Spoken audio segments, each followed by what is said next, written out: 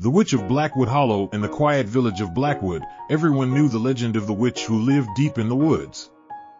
For generations, children were warned never to enter Blackwood Hollow after dark, for that's when the witch prowled, seeking her next victim.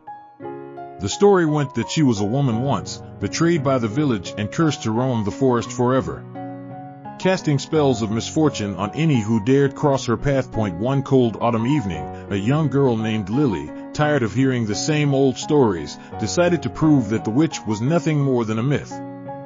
Armed with only a lantern, she ventured into Blackwood Hollow, the thick trees casting long shadows under the moonlight. As she walked deeper into the woods, the air grew colder, and the trees seemed to whisper her name. Suddenly, the wind picked up, extinguishing her lantern, plunging her into darkness.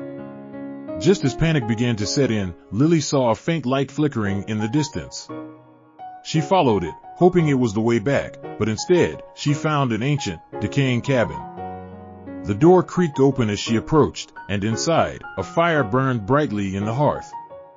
But there was no one there, or so she thought. As she turned to leave, the shadows in the corner of the room began to shift, forming the figure of an old, haggard woman with piercing green eyes. "You shouldn't have come here, child," the witch whispered, her voice like the rustling leaves. "Now you belong to the hollow." Terrified, Lily tried to run, but the door slammed shut.